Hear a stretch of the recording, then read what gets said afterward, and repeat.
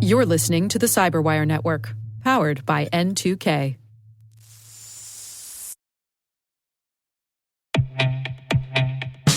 And now, a word from our sponsor, Black Kite. If third-party risk is keeping you up at night, you're not alone. It's a constant battle.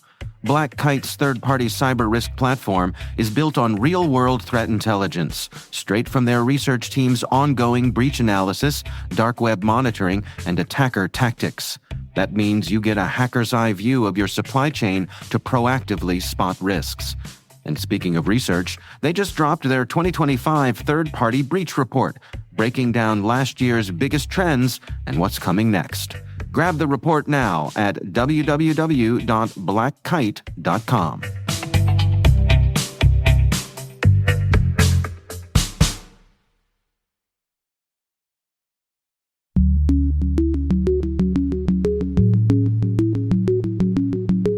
Hello, everyone, and welcome to Caveat, N2K Cyberwire's privacy, surveillance, law, and policy podcast. I'm Dave Bittner, and joining me is my co-host, Ben Yellen from the University of Maryland Center for Health and Homeland Security. Hey there, Ben. Hello, Dave. And on today's show, Ben and I are pleased to welcome back to our show my N2K Cyberwire colleague, Ethan Cook, the author of the Caveat newsletter. Ethan, welcome back. Thank you for having me back. Yeah, we're going to take a deep dive, as they say, into AI policy today.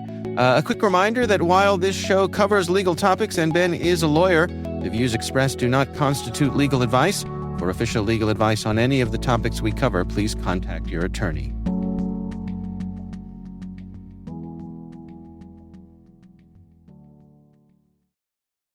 The PC gave us computing power at home, the internet connected us, and mobile let us do it pretty much anywhere. Now generative AI lets us communicate with technology in our own language using our own senses. But figuring it all out when you're living through it is a totally different story. Welcome to Leading the Shift, a new podcast from Microsoft Azure.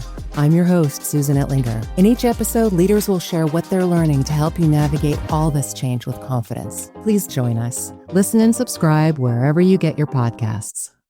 All right, we are back, and let me start off by saying that, Ethan, you have taken a really extensive look into AI regulations from coast to coast here in the U.S.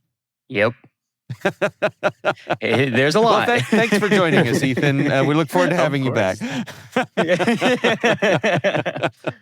Yeah, so I guess part of me thanks you for having done it. Part of me thinks better you than me, because I'll sure second that. Parts of it were a slog. But I mean, before we dig into the details here, what's the kind of the overarching impression that you have having gone through this exercise?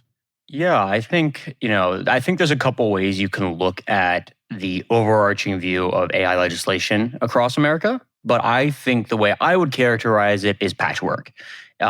With there being no real substantial federal legislation to kind of guide states and companies on how to behave, each state has taken it upon themselves, or not in some instances, to regulate AI or what they feel is relevant in various degrees, creating this kind of weird framework where some states are really restrictive or attempting to be really restrictive on what can and cannot be done, and other states are focusing on very specific issues that may be relevant to them, and other states are choosing to really not regulate at all and kind of just let it go crazy. Are the states, behaving in the way you would expect them to? In other words, I would imagine that California comes at this in a different way than Texas does. Yeah, absolutely. I think, one of the most unsurprising ones that I saw was Tennessee passing, or I should say, kind of more updating the Elvis Act, which basically prevents anyone from copying anyone's image, likeness, voice, etc., using AI to create deepfakes. And that's, kind of came in response for their music industry, which makes a lot of logical sense for that state. And then you have other states like Colorado, even Texas to a degree, passing some privacy laws or things along the lines regulating what can and cannot be done from an AI regulator perspective that have been really comprehensive in certain capacities. But I think the biggest thing that I've kind of noticed is while each state or most states have tried to do everything or try to pass some form of legislation to handle this completely evolving topic that changes almost daily, it feels. There hasn't really been a concerted, conscious effort as a state to really hit everything. It's kind of like we'll try and focus on deep fakes, or we're trying to focus on individual professions or privacy rather than the whole thing at once. Yeah, I mean, I've seen that here in Maryland working on AI-related legislation at the General Assembly. It's been that same patchwork approach. There have been legislation on deceptive deepfakes. There's been legislation proposed on election-related deepfakes. We had this separate scenario here that we're trying to develop legislation on for the use of deepfakes that leads to legal harm such as defamation. And then these sort of industry-specific regulations for industries that prevent a substantial risk, so critical infrastructure, healthcare, that sort of thing. I think that's really interesting, but I think kind of along the lines of what you're saying, it lacks a certain level of uniformity. On the one hand, I understand why states are reluctant to put together a kind of broad AI policy through legislation. And we've seen the natural limits on that. And I know we'll talk about this in the California example, where the California legislature put together a pretty heavy-handed bill regulating artificial intelligence, and it was vetoed by Governor Newsom. Partially by being too heavy-handed. I know he had specific nitpicks. And I think it's incumbent upon states to start with some kind of common values, a very low common denominator. And for me, and I'm curious if you agree with this, that's governance. It's not necessarily what decisions need to be made vis-a-vis AI regulation, but who makes those decisions? How do we set up processes so that, especially, and you can start with the use of AI in government and state government and local governments. Come up with processes. Who decides whether a certain AI tool can be used to achieve a certain objective? And where does the oversight come from? What authority has that oversight body been given? I think those are questions we can start to answer now before we have this kind of patchwork of regulations in different sectors. Yeah, I would agree that governance is almost critical to establish instantaneously. And I feel that if it's, I going through a lot of, different bills and different topics that people tried to regulate AI with, I think one thing that always stuck out in my mind was, how do you verify that these things are accurate, right? How do you verify that these impact assessments are being conducted the way they should be conducted? How do you verify all these things? And that kind of boils down to really strong governance and making sure that not only are companies doing what they say they're doing, but also we have a way to verify that. And, try that age-old saying, trust but verify. Right. And make sure that these AI companies and, that the people reviewing processes, the way they're being, and not just developers, but deployers, are they being deployed in the way they should? Because a lot of, AI developers, they just put their, models out there and let people kind of go wild with what it is, and making sure that those processes are being, carried through by the deployer as well. Right. I know some governments, I believe it was the state of Washington, looked into pre-clearance for the use of AI tools in state government, which is very ambitious. I think... Is that like FDA approval for AI? It's exactly what it would have been. Yeah. There's some type of state review process before the technology can be deployed, which is going to be cumbersome. And I think you might lose out on innovative uses of AI if you have this really cumbersome process. But yeah, I just think governance is an area where if we can at least establish that, and it would be great if there were uniformity among states on governance policies, at least generally who the decision-making bodies are. I think that would give companies a little bit more certainty. They know what the playing field is. Yeah, and I think with the federal government, with NIST publishing its framework, kind of trying to establish that, it was an attempt to kind of lay the foundations, I guess the best way to describe it.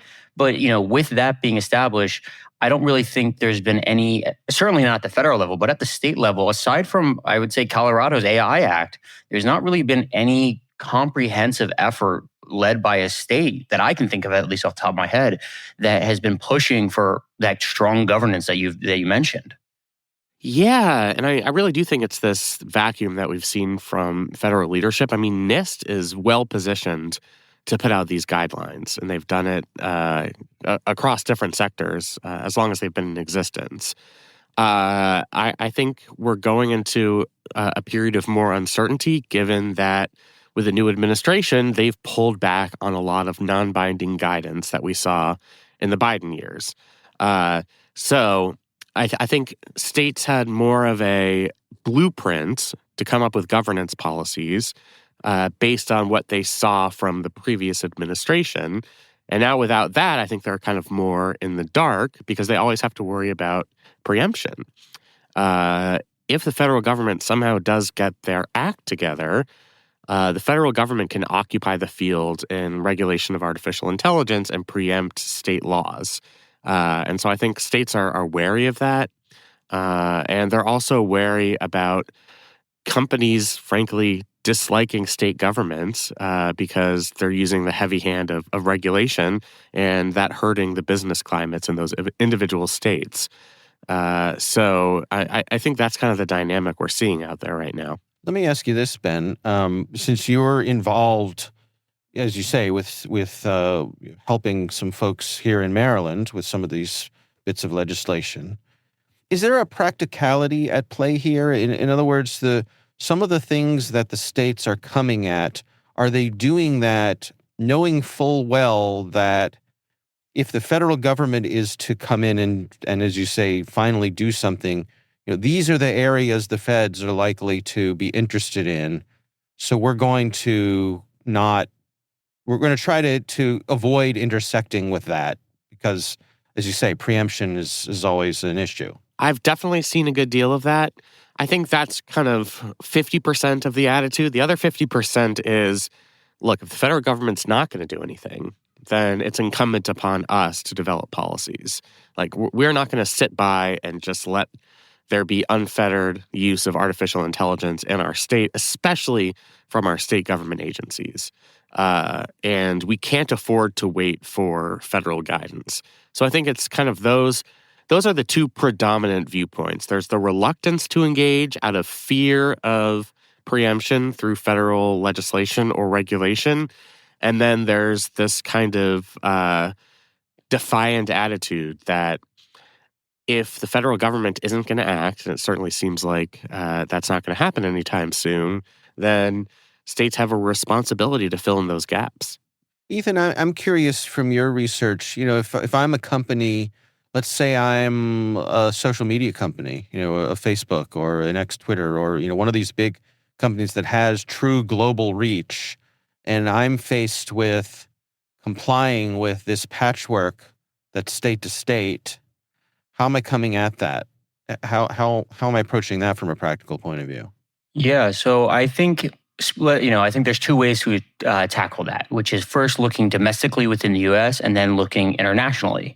Talk about the first half of that. I think domestically it's about, for them, finding states that really work for them, which is why, normally we always think of California kind of as being that massive, a Silicon Valley, every tech company goes there, and that's still true.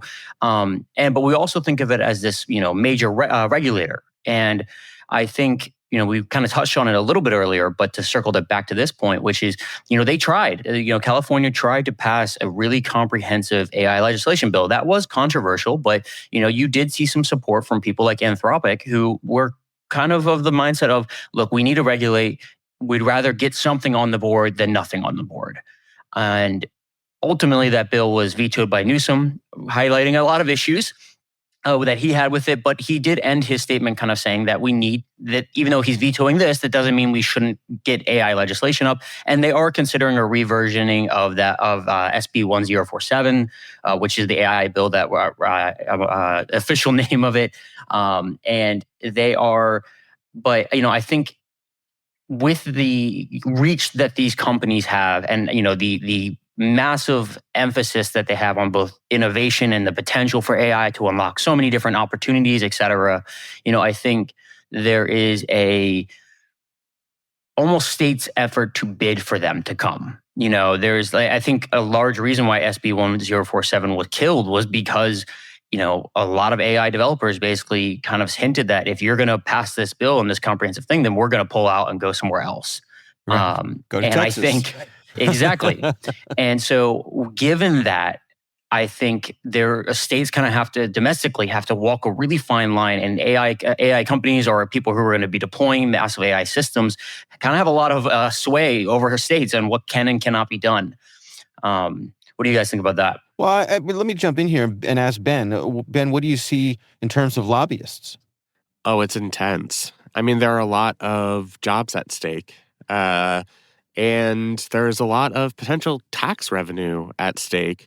We know a few things about AI. One, we know it's a fast-moving industry.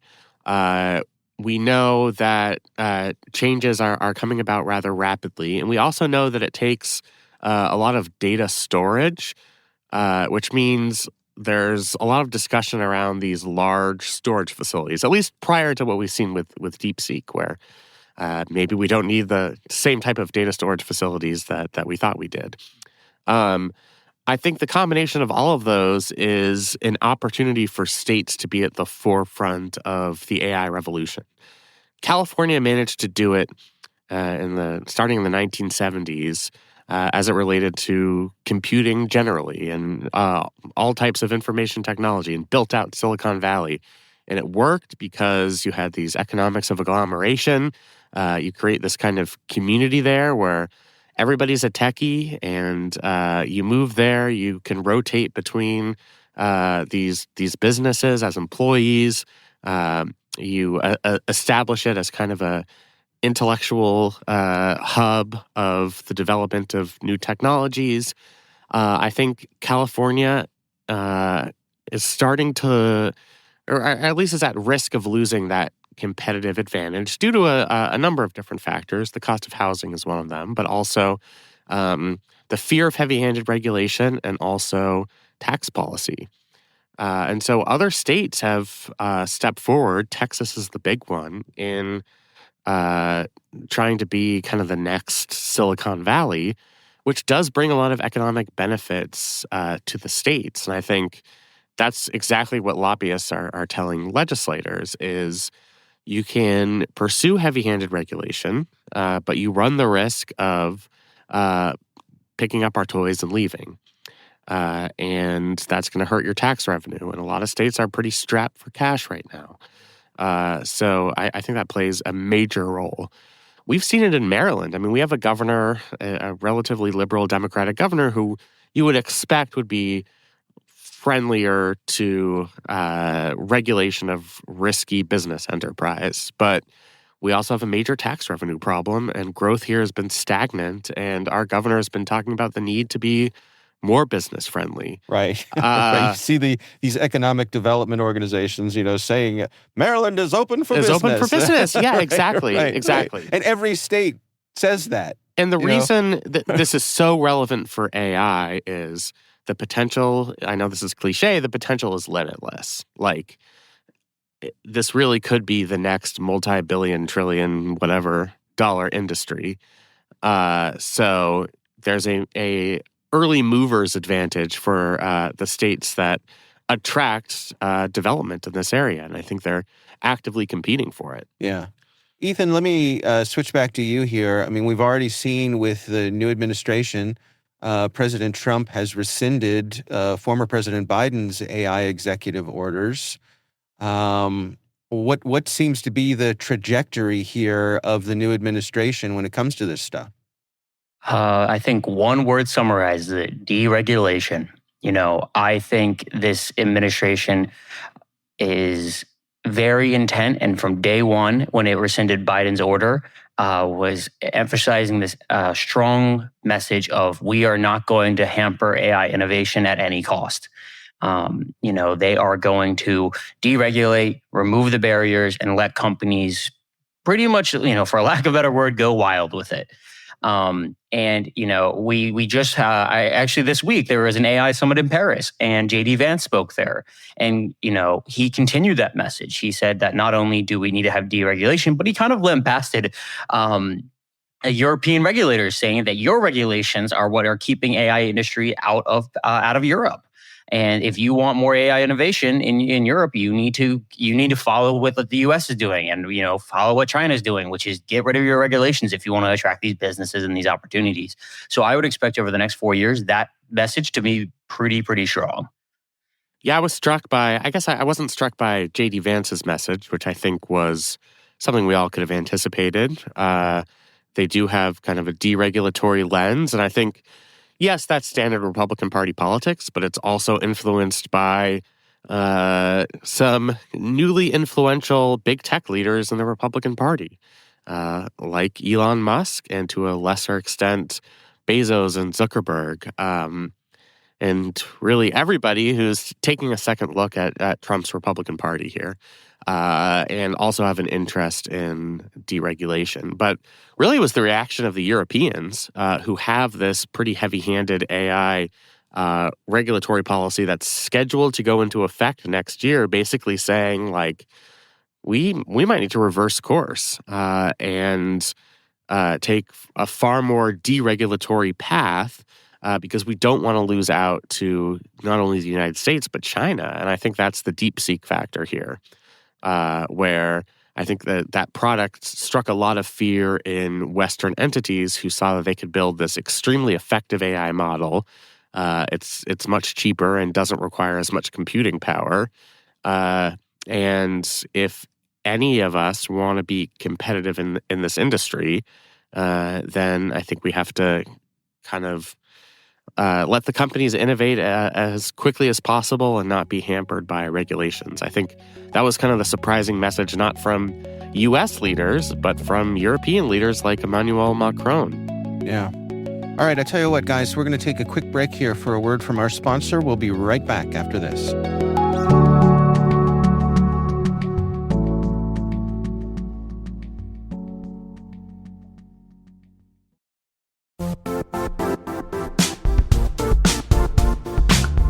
And now, a word from our sponsor, ThreatLocker. Keeping your system secure shouldn't mean constantly reacting to threats. ThreatLocker helps you take a different approach by giving you full control over what software can run in your environment. If it's not approved, it doesn't run. Simple as that. It's a way to stop ransomware and other attacks before they start, without adding extra complexity to your day. See how ThreatLocker can help you lock down your environment at www.threatlocker.com.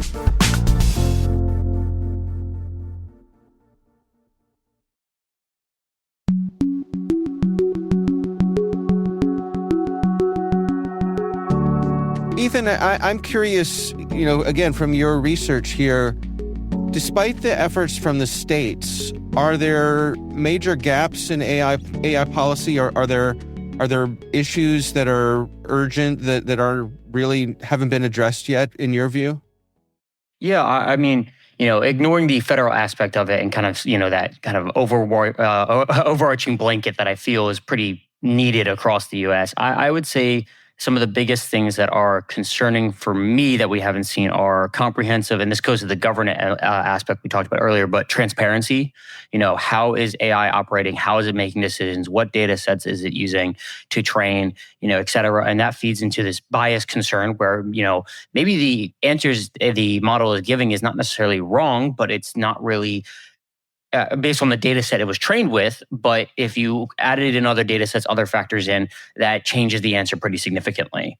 And I would say the other thing that I think there's a pretty big concern about is we are innovating so fast, and these AI models have the ability to impact so much, as Ben said, limitless. What is the safety and cybersecurity aspect here? What is the role of cybersecurity? What is the role of privacy concerns with data and how these things are being used? Because so many people have the ability to deploy an AI model, and there are so many companies now making AI models. What does that look like?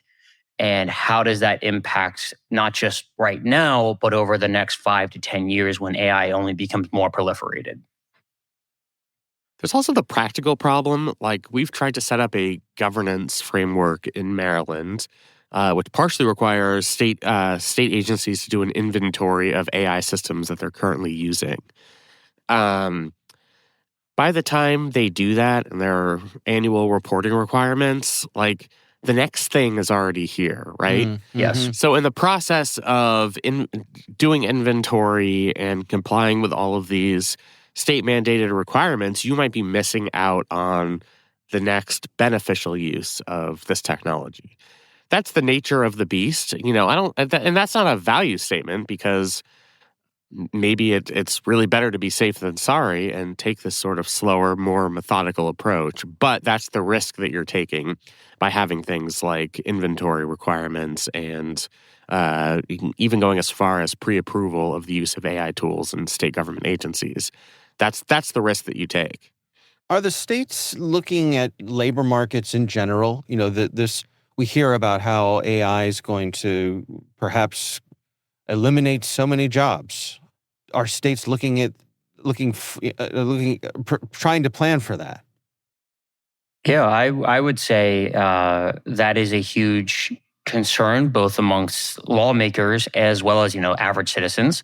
There's a dynamic which has been kind of floated around and hasn't really, at least I haven't seen, really substantial impacts on this from a lawmaking perspective, that is emphasizing impact assessments on if we deploy this AI model, if we, create this AI model, what's the impact on this specific job market? There's a lot of discussion about it, but I don't think there's anything that's been comprehensively done at this point, kind of leaving a significant gap in what could be impacted and what jobs could be, impacted overnight, to be honest.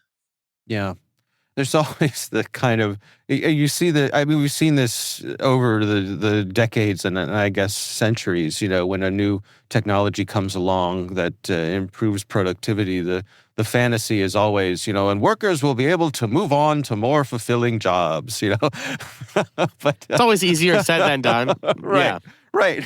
Exactly. But it's not so easy to do from a practical point of view. And people don't like that. I mean, I think that's something that is often overlooked, is like people like what they're currently doing. There's a level of stability. There's a level of, I've been doing this work for 15, 20 years, and it's scary to me that a machine is going to take over and do my work for me. And I'm 60 years old and I don't want to go back to school and learn new skills.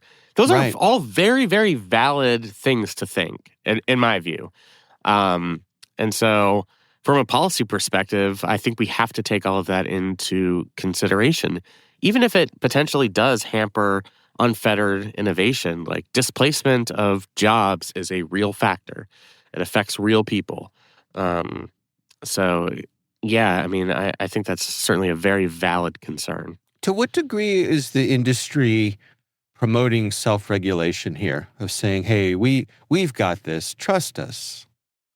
That's a tricky one. Yeah, Ben, you want to tackle that one first? Yeah, I actually think there was an encouraging effort, I'd say maybe about a year ago, of some of the major players in the space to get together and say, like, we are going to take regulation seriously. And we should be putting together first principles on the boundaries on these systems, and let's do it together so that none of us lose a competitive advantage. I'm not sure exactly what happened, but I feel like the momentum behind that effort of self-regulation has been lost a little bit. Maybe it's... You don't know what happened? I mean, I do know what happened. I mean, there's kind of a big thing that happened. Yeah, I think that's President a good way Trump to got describe elected. it. Yeah. That's how I would approach it. It was very convenient until it was no longer convenient. It was, 312 electoral votes. Right, right. Yeah, I mean, I think that's a part of it. Like, efforts at self-regulation, not more than a part of it, efforts at self-regulation are a preemptive measure to show policymakers that you don't need to be regulated by government entities, that you can solve all of these problems yourself. If the government, instead of threatening regulation, is saying things like, our primary goal is innovation, and we're going to get out of the way and let these companies carry this industry into the future, then they feel less of a need to prove to policymakers that they're willing to self-regulate. And that's really what it comes down to. Ethan?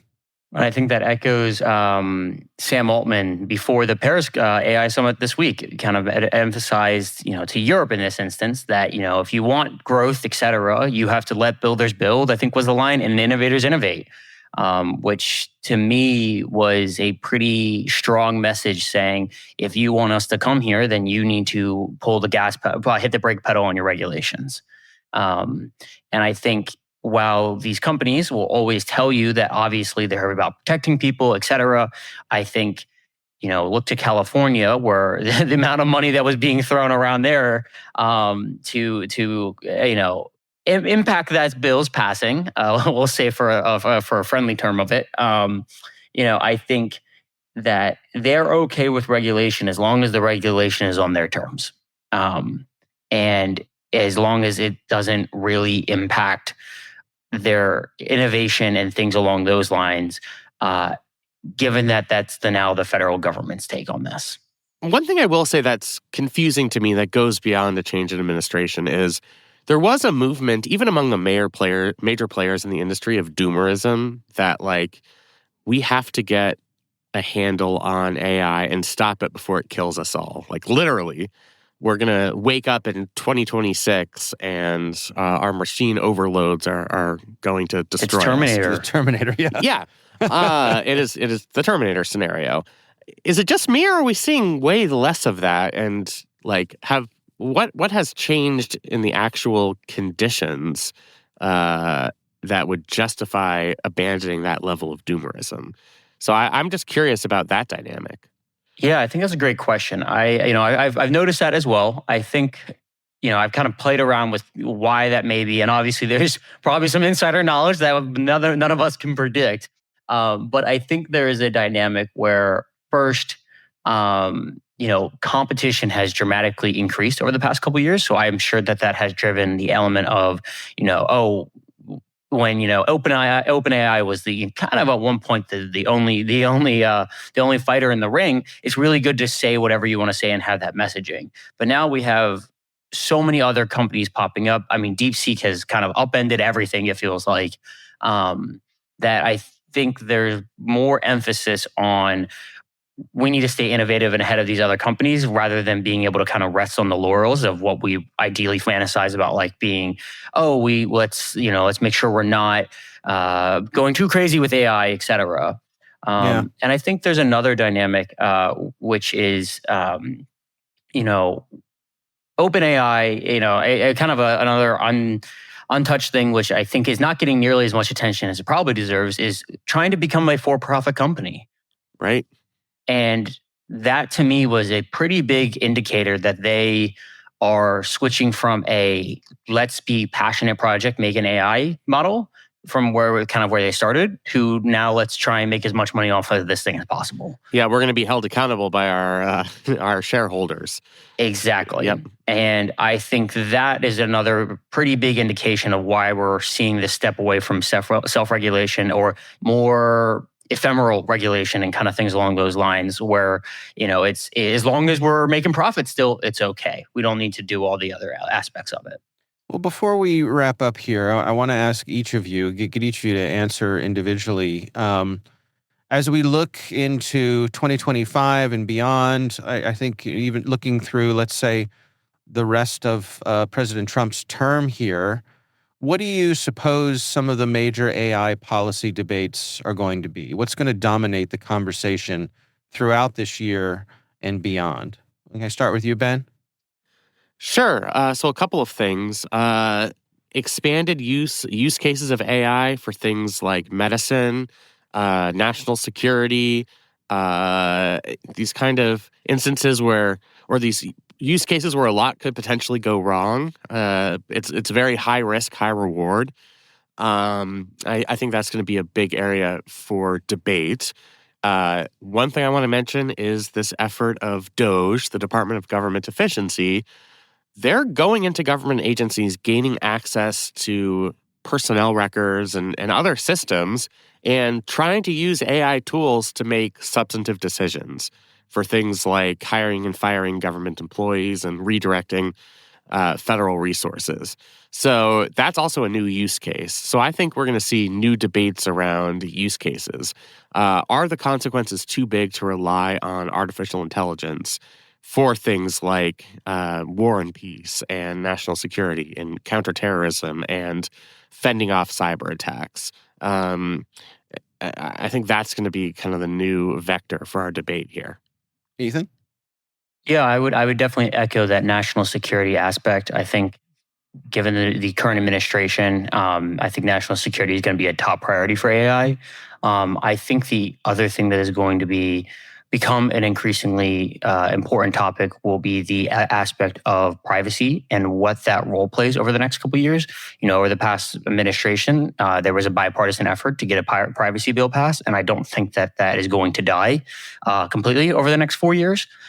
So I could see that being a pretty big aspect with how AI uses data sets and what data it's allowed to access and things along those lines. All right. Well, we have really only scratched the surface here, and I want to encourage everyone to check out our policy deep dive here. It's The Future of AI Policy, written by Ethan Cook. It is over on our website, thecyberwire.com. If you search for the Caveat Show, you can find the Caveat newsletter as well. We hope you'll check it out and also subscribe to that. Ethan, thank you so much for joining us. It's always a pleasure to have you with us here. And thank you guys for having me. Great conversation.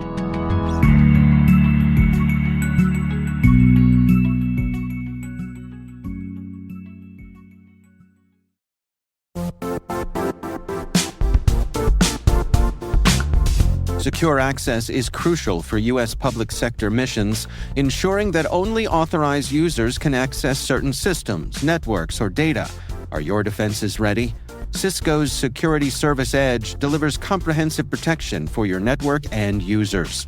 Experience the power of zero trust and secure your workforce wherever they are. Elevate your security strategy by visiting cisco.com/go.sse. That's cisco.com/go/sse.